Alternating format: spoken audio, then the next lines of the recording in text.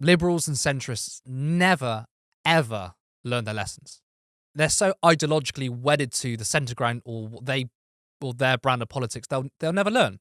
Now, what we're hearing from the Democratic establishment is we must blame wokeness, we must blame pronouns or trans people. That's the reason why. And I'm sick of this because it's not just America. We get this in the UK. We had it after Jeremy Corbyn. Even before Jeremy Corbyn, it was, we only win elections in the centre ground. Bullshit. And I call bullshit for two reasons. One, this election in the US, as I mentioned before, Donald Trump ran the most right-wing, the most sexist, racist, disgusting campaign for decades, maybe the worst ever, and he won, okay? Whenever the Conservatives in the UK pivot to the right, okay, no one ever says, do you know what? They need to become more left-wing to win elections. They never say that. It's only ever on progressive parties. And why do they say that? It's because centrists and liberals always side with the right over the left. They disagree with the left ideologically. So they're not saying you need to appeal to the centre because they think you can win. They're saying that because they hate your politics. They hate our politics. And in 2017, right, Jeremy Corbyn won 40% of the vote. He added 3 million votes.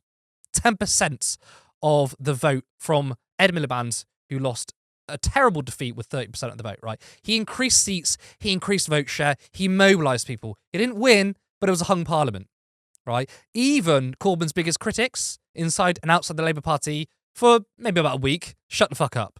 I wish they'd shut the fuck up forever, but they did for just a week. There was a 2019 election, and the Conservatives won, but he still got 32% of the vote. Fast forward to 2024, Keir Starmer wins. Yes, it's a huge majority, but that was with less votes than both 2019 and 2017, and only because the Conservatives collapsed, right? There were the Liberals for a very short minute celebrated that centrism is back. Keir Starmer's revived centrism. Joe Biden in 2020 revived centrism. It is not back, right? It's gone. We are in an era of populism. Trump won on a populist campaign.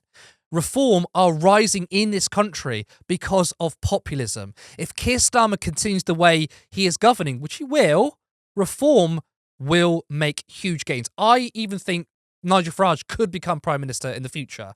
And the centrists and the liberals hate populism. But the only way to defeat the far right, the only way to defeat fascism is left-wing populism. That's it.